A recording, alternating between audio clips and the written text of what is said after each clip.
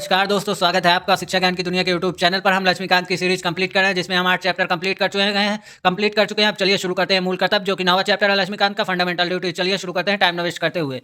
उससे पहले अगर आप चैनल पर नए हैं, चैनल को सब्सक्राइब करके बेल आइकन जरूर दबा दीजिएगा। चलिए शुरू करते हैं। यद्यपि नागरिकों के अधिकार और कर्तव्य आपस में संबंधित और अविभाज्य है, लेकिन मूल संविधान में मूल अधिकारों को रखा गया, ना कि मूल कर्तव्यों को। दूसरे शब्दों में, संविधान निर्माताओं ने यह आवश्यक नहीं समझा कि नागरिकों के मूल कर्तव्यों को संविधान में जोड़ा जाए। हालांकि उन्होंने राज्य के कर्तव्यों को राज्य के निदेशक तत्वों के रूप में शामिल किया। बाद में 1976 में नागरिकों के मूल कर्तव्यों को संविधान में जोड़ा गया। 2002 में एक और मूल कर्तव्य को जोड़ा गया। उससे पहले अगर आप लोगों ने चैनल पे डिस्क्रिप्शन बॉक्स को नहीं चेकआउट किया तो डिस्क्रिप्शन बॉक्स को चेकआउट कीजिए। पुरानी वीडियो की लिंक सभी पुरानी वीडियो की लिंक आपको मिल जाएंगी।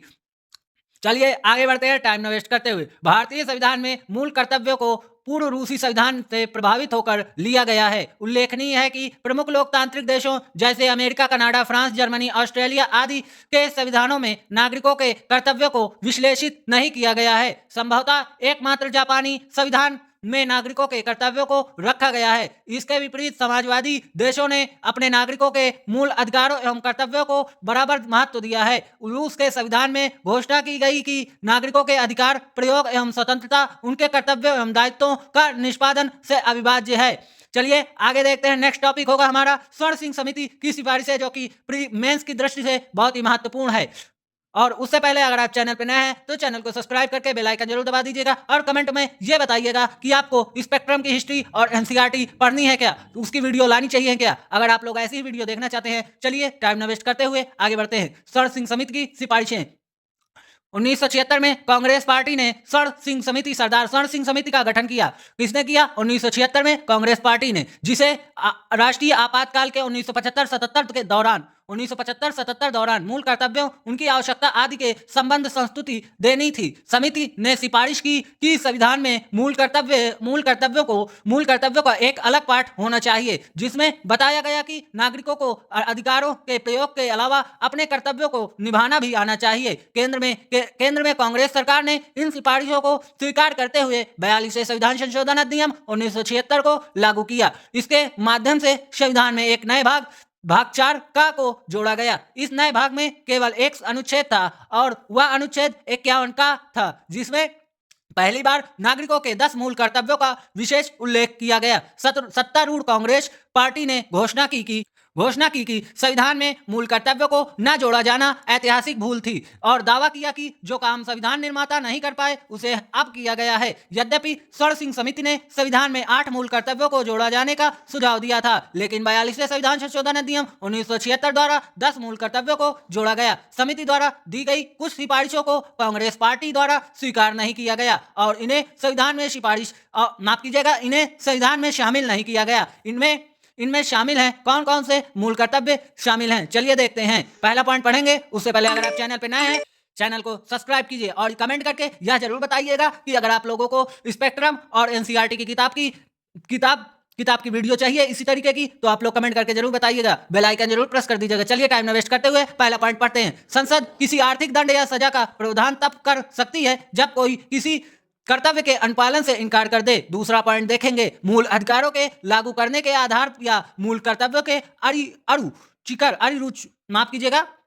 अरुचिकर होने के आधार पर कोई भी कानून इस तरह का अर्थदंड या सजा लगाने का प्रावधान अदालत द्वारा नहीं करेगा। तीसरा पॉइंट देखेंगे। कर अदायगी भी नागरिकों का मूल कर्तव्य होना चाहिए। मूल कर्तव्य की सूची देखेंगे। अनुच्छेद 51 का के अनुसार भारत के प्रत्येक नागरिक का कर्तव्य होगा कि वह, पहला पॉइंट पढ़ें कौन सा कर्तव्य है। 51 का के अनुसार पहला पॉइंट देखेंगे, संविधान का पालन करें और उसके आदर्शों, संस्थाओं, राष्ट्रध्वज और राष्ट्रगान का आदर या सम्मान करें। चलिए दूसरा पॉइंट देखेंगे।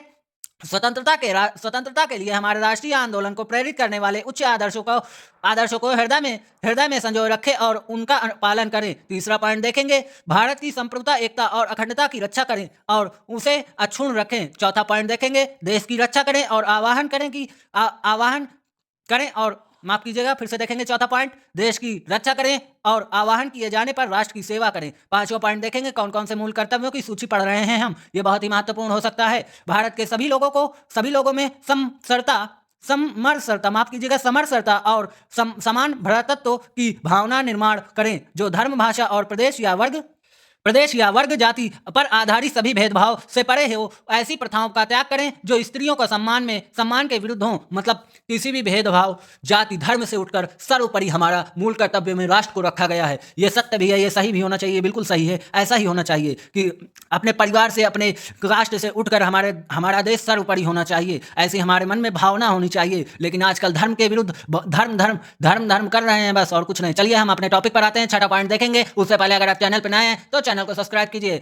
चलिए शुरू करते हैं। छठा पॉइंट, हमारी संस्कृति की गौरवशाली परंपरा का महत्व समझें और उसका परीक्षण करें।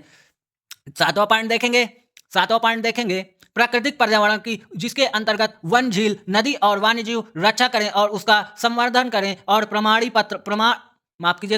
प्राणी मात्र के प्रति दया भाव रखें। आठवां पॉइंट देखेंगे, वैज्ञानिक दृष्टिकोण, मानववाद और ज्ञान अर्जन का सुधार की भावना का विकास करें। 9वां पॉइंट देखेंगे, सार्वजनिक संपत्ति को सुरक्षित रखें और हिंसा से दूर रहें। 10वां पॉइंट देखेंगे, व्यक्तिगत और सामूहिक गतिविधियों के सभी क्षेत्रों में उत्कर्ष की ओर बढ़ने का सतत प्रयास करें, जिससे राष्ट्र निरंतर बढ़ते हुए प्रगति और उपलब्धि की नई ऊंचाइयों को छू ले। चलिए 11वां पॉइंट देखेंगे, 6 वर्ष से 14 वर्ष तक की उम्र के अपने बच्चों को शिक्षा के अवसर उपलब्ध कराना। यह कर्तव्य 86वें संविधान संशोधन अधिनियम 2002 द्वारा जोड़ा गया। मूल कर्तव्य की विशेषताएं देखेंगे, जो कि बहुत ही महत्वपूर्ण है। अगर आप लोग चाहते हैं कि इसी तरीके के वीडियो आए और स्पेक्ट्रम हिस्ट्री की क्लास भी आए, तो चैनल को 50 या 25 सब्सक्राइबर कंप्लीट करिए। मैं आप लोगों को एक नई क्लास ला के दूंगा। स्पेक्ट्रम, हिस्ट्री और एनसीईआरटी बहुत ही महत्वपूर्ण टॉपिक पे कवर होने वाली हैं। चलिए शुरू करते हैं मूल कर्तव्यों की विशेषताएं, जो कि हमारा नेक्स्ट टॉपिक होगा। निम्नलिखित बिंदुओं को मूल कर्तव्यों की विशेषताओं के संदर्भ में उल्लेखनीय किया जा सकता है। चलिए देखते हैं। पहला पॉइंट, उनमें से कुछ नैतिक कर्तव्य हैं तो कुछ नागरिक, उदाहरण के लिए स्वतंत्रता संग्राम के उच्च आदर्शों का सम्मान एक नैतिक दायित्व है, जबकि राष्ट्रीय ध्वज एवं राष्ट्रगान का आदर करना नागरिक कर्तव्य है। देखिए, राष्ट्रीय ध्वज और राष्ट्रीय गान का आदर करना हमारा प्रथम कर्तव्य होना चाहिए। देश का सर्वोपरि और सबसे सम्माननीय शब्द हो सकता है, और ध्वज हमारा तो हमारे माथे पर लगाने वाला एक, अब हम कुछ नहीं बोल सकते, आप लोग सब जानते हैं। तो सेकंड पॉइंट देखेंगे, ये मूल्य नागरिक परंपरा, पौराणिक कथाओं, धर्म एवं पद्धतियों के आंतरिक कर्तव्य, माफ कीजिएगा, हम फिर से पढ़ेंगे। दूसरा पॉइंट, ये भारतीय परंपरा, पौराणिक कथाओं, धर्म एवं पद्धतियों से संबंधित है। दूसरे शब्दों में मूलतः भारतीय जीवन पद्धति के आंतरिक कर्तव्यों का वर्गीकरण है। तीसरा पॉइंट देखेंगे, कुछ मूल अधिकार जो सभी लोगों के लिए हैं, चाहे वे नागरिक हों या विदेशी, लेकिन मूल कर्तव्य केवल नागरिकों के लिए हैं, ना कि विदेशियों के लिए। ये मूल कर्तव्य हमारे नागरिकों के लिए, भारतीय नागरिकों के लिए हैं, ना कि विदेशियों के लिए, लेकिन वो भी सम्मान करते हैं। चौथा पॉइंट देखेंगे, निदेशक तत्वों की तरह मूल कर्तव्यों गैर नियोजित हैं। संविधान में सीधे न्यायालय के जरिए उनके क्रियान्वयन की व्यवस्था नहीं है, यानी उनके हनन के खिलाफ कोई कानूनी संस्तुति नहीं है। यद्यपि संसद उपयुक्त विधान द्वारा इनके क्रियान्वयन के लिए स्वतंत्र हैं। चलिए आगे देखेंगे, मूल कर्तव्यों की आलोचना देखेंगे, जो कि बहुत ही महत्वपूर्ण है मेंस की दृष्टि से। संविधान में भाग 4 में उल्लेखित मूल कर्तव्यों की निम्नलिखित आधार पर आलोचना की जाती है। अगर आप लोग चाहते हैं कि स्पेक्ट्रम की भी क्लास आए, स्पेक्ट्रम हिस्ट्री की भी क्लास आए, तो इस चैनल को बहुत सारा प्यार दीजिए और चैनल को सब्सक्राइब करके बेल आइकन जरूर दबा दीजिए। ये वीडियो सिर्फ, एक बात और सूचना है, ध्यान से सुनिएगा, ये वीडियो सिर्फ रिवीजन पर्पज से बनाई जा रही है। और अगर आप लोगों ने एक बार अपने मन से किताब नहीं पढ़ी है, तो किताब को पढ़ के आइए, फिर इस वीडियो में आइएगा, तभी आप लोगों को समझ में आएगा। मैं इतनी गारंटी दूंगा कि जो अपने मन से किताब पढ़ेगा, उसके बाद इस वीडियो में आएगा, उसको बहुत बेनिफिट होगा। ये गारंटी के साथ मैं कह सकता हूँ। चलिए मूल कर्तव्यों की आलोचना देखेंगे। ये लाइन मैंने पढ़ दी है। चौथा भाग 4 में उल्लेखित मूल कर्तव्यों की निम्नलिखित आधार पर आलोचना की जाती है। चलिए आगे देखेंगे, निम्नलिखित आलोचनाएं देखेंगे। पहला पॉइंट पढ़ेंगे, कर्तव्यों की सूची पूर्ण नहीं है, क्योंकि इनमें कुछ अन्य कर्तव्य जैसे मतदान, कर अदायगी, परिवार नियोजन आदि समाहित नहीं है। असल में कर अदायगी के कर्तव्य को स्वर्ण सिंह समिति की संस्तुति मिली है। आइए आगे देखेंगे। सेकंड पॉइंट, कुछ कर्तव्य अस्पष्ट, बहुअर्थीय एवं आम व्यक्ति के लिए समझने में कठिन है। उदाहरण के लिए विभिन्न शब्दों की भिन्न व्याख्या हो सकती है। उच्च आदर्श, समग्र संस्कृति, वैज्ञानिक दृष्टिकोण आदि। तीसरा पॉइंट पढ़ेंगे, अपनी गैर नियोजित छवि के चलते इन्हें आलोचकों द्वारा नैतिक आदेश करार दिया गया है। प्रसंगवश स्वर्ण सिंह समिति ने मूल कर्तव्यों को न निभाने पर आदर्श माफ कीजिएगा, मूल कर्तव्यों को न निभाने पर अर्थदंड और सजा की सिफारिश की थी। चौथा पॉइंट देखेंगे, नेक्स्ट पॉइंट देखेंगे संविधान, नेक्स्ट पॉइंट देखेंगे, माफ कीजिएगा थोड़ा किताब टेढ़ी हो रही है तो उसको इग्नोर करिए, छोटी छोटी चीज़ों को इग्नोर करते हैं तभी हम आगे बढ़ते हैं। चलिए देखते हैं, बहुत सारी मुसीबतें आएंगी आप पे अगर आप तैयारी करने के इच्छुक होंगे तो। अगर आप तैयारी कर रहे हैं तभी तो इस वीडियो पे आए हैं। चलिए शुरू करते हैं। चौथा पॉइंट, टाइम न वेस्ट करते हुए, इससे पहले अगर आप चैनल पर नए हैं चैनल को सब्सक्राइब कर दीजिएगा, बेल आइकन जरूर प्रेस कर दीजिए चूँकि आने वाली नोटिफिकेशन आपको मिलती रहे। और सुनिए एक बात, आगे आने वाले समय में बहुत अच्छी क्लासें इस चैनल पे आने वाली हैं, ये गारंटी के साथ मैं कह सकता हूँ। संविधान में इन्हें शामिल करने को आलोचकों द्वारा अतिरेक करार दिया गया। ऐसा इसलिए क्योंकि संविधान में शामिल मूल कर्तव्यों को उन सभी को मानना है जो जिनका संविधान से संबंध ना भी हो। पांचवा पॉइंट देखेंगे, आलोचकों ने कहा कि संविधान के भाग चार में इनको शामिल करना मूल कर्तव्यों के मूल्य एवं महत्व को कम करती हैं। उन्हें भाग तीन के बाद जोड़ा जाना चाहिए था ताकि वे मूल अधिकारों के बराबर रहते हैं। चलिए नेक्स्ट टॉपिक पे आते हैं, मूल कर्तव्यों का महत्व देखेंगे। उससे पहले अगर आप चैनल पर नए हैं चैनल को सब्सक्राइब करके बेल आइकन जरूर प्रेस कर दीजिएगा। आलोचनाओं एवं विरोध के बावजूद मूल कर्तव्यों की विशेषताओं को निम्नलिखित दृष्टिकोण के आधार पर स्वीकार किया जा सकता है। पहला पॉइंट देखेंगे, अपने अधिकारों के प्रयोग करते माफ कीजिएगा, फिर से पढ़ेंगे पहला पॉइंट। अपने अधिकारों का प्रयोग करते वक्त यह नागरिकों को अपने देश के प्रति कर्तव्यों की याद दिलाते हैं। नागरिकों को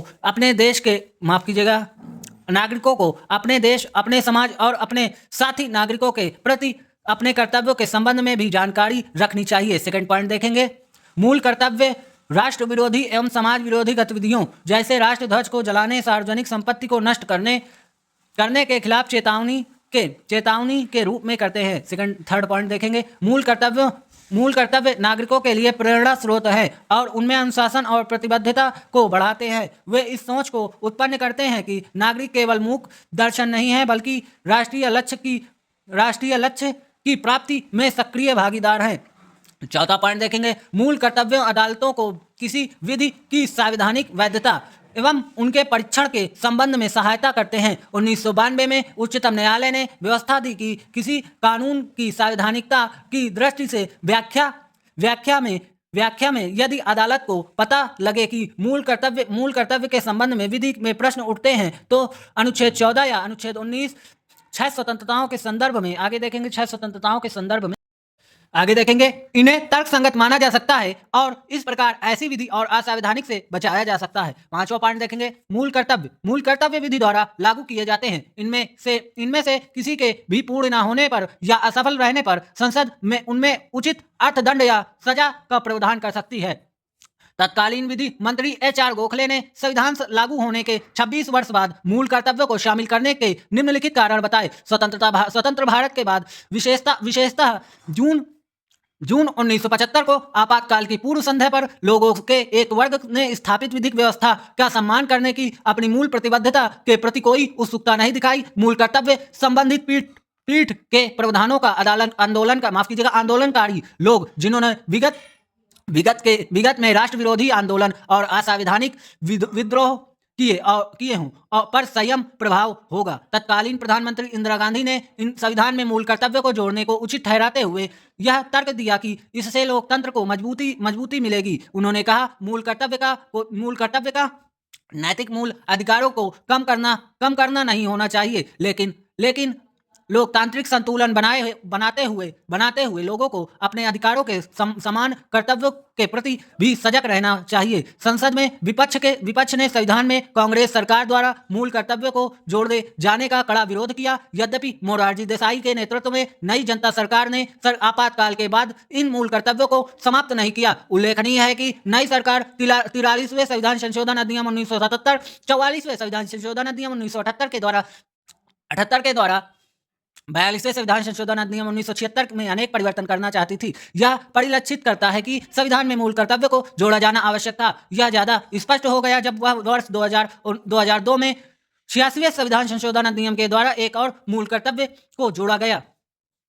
नेक्स्ट टॉपिक होगा वर्मा समिति की टिप्पणियां। वर्मा समिति की टिप्पणियां बहुत ही महत्वपूर्ण है प्री मेंस की दृष्टि से। ठीक है, आप लोग चैनल को बहुत सारा प्यार दीजिए। चलिए आगे बढ़ते हैं टाइम न वेस्ट करते हुए। वर्मा समिति की टिप्पणियां, नागरिकों के मूल कर्तव्यों के संबंधी वर्मा समिति 1999 ने कुछ मूल कर्तव्यों की पहचान व उनके क्रियान्वयन के लिए कानूनी प्रावधान को लागू करने की व्यवस्थाएं की। ये वे निम्नलिखित हैं। कौन कौन सी व्यवस्था है ये देखते हैं। राष्ट्र गौरव अपमान निवारण अधिनियम 1971 या भारत के संविधान, राष्ट्रीय ध्वज एवं राष्ट्रगान के अनादर का विवरण करता है।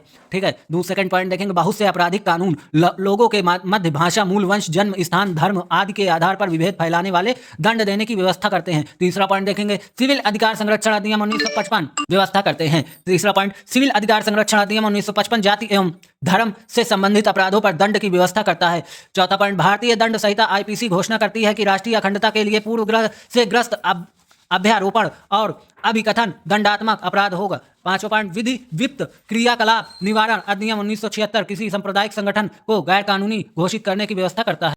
छठा पॉइंट देखेंगे, लोक प्रतिनिधित्व अधिनियम 1951 भ्रष्टाचार में संलिप्त, धर्म के आधार पर मत मांगने, लोगों में धर्म, जाति, भाषा के आधार पर विभेद बढ़ाने वाले संसद सदस्यों एवं राज्य विधानमंडल सदस्यों को अयोग्य घोषित करने की व्यवस्था करता है।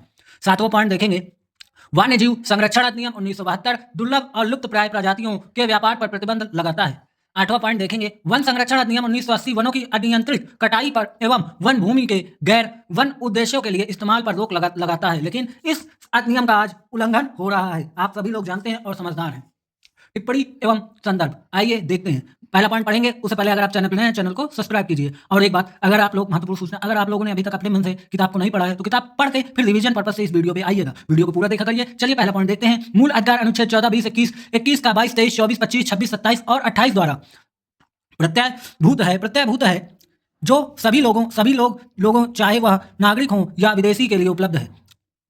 मतलब ये जितने अनुच्छेद दिए गए वह चाहे भारत के नागरिक हों या विदेशी हों, वो सभी के लिए उपलब्ध है। मूल अधिकार, ये इनमें जितने मूल अधिकार हैं उन सभी के लिए हैं, मतलब जितने भारत के अंदर उन सभी के लिए, विदेशी भी है। ठीक है, चलिए दूसरा पॉइंट देखेंगे। National forum of layers and legal and Delhi तत्कालीन अध्यक्ष डी चावला ने पाया कर्तव्य को ज्यादा स्पष्ट होना चाहिए। कोई भी इन आदर्श विचार को समझ नहीं पाता। कुछ के लिए भगत सिंह पंथ की विचारधारा भी हमारे राष्ट्रीय आंदोलन के प्रेरणादायी हो सकती है। इसके अतिरिक्त हमारी समग्र संस्कृति की गौरवशाली परंपरा क्या है और वैज्ञानिक टिप्पणियों को देख रहे हैं। ठीक है, दृष्टिकोण मानववाद और ज्ञान अर्जन तथा सुधार की भावना क्या है, यह मूल्य लोगों की समान समझ से परे है और इनका उनके लिए कोई अर्थ नहीं है। कर्तव्य ऐसे और उन शब्दों में लिखे जाने चाहिए जो आम आदमी की समझ में आ जाए। D Chawla, A contest of fundamental duties, socialist India, नई दिल्ली। ये भी मैं पढ़ गया। चलिए, टिप्पणी लगभग खत्म हो चुकी हैं। और आप लोग कमेंट करके बताइए अगर आपको लोगों को एडवांस बुक की मतलब ऐसी ही वीडियो चाहिए जैसे स्पेक्ट्रम हिस्ट्री की मैं किताब पढ़ाऊं। अगर आप लोग चाहते हैं तो कमेंट करके बताइएगा और चैनल को सब्सक्राइब कीजिएगा। 25 सब्सक्राइबर हमारे कंप्लीट हो गए, तभी हम स्पेक्ट्रम एडवांस लेवल की बुक को आगे ले आएंगे। इस चैनल पे बहुत ही महत्वपूर्ण टॉपिक, बहुत ही महत्वपूर्ण वीडियो होने वाली हैं, इसलिए इस चैनल को सब्सक्राइब कीजिए, शेयर कीजिए, रिच जहां तक हो। आप लोगों की कृपा से हमने 9 चैप्टर कंप्लीट कर लिए हैं। अब हम हमारा समय हो चुका है। बहुत बहुत धन्यवाद। अब अगले वीडियो में हम 10 चैप्टर को देखेंगे जिसमें हम संविधान का संशोधन पढ़ेंगे, अमेंडमेंट ऑफ द कॉन्स्टिट्यूशन पढ़ेंगे। ये बहुत ही महत्वपूर्ण है जो लक्ष्मीकांत की सीरीज में चलेगा। 10 चैप्टर। बहुत बहुत धन्यवाद।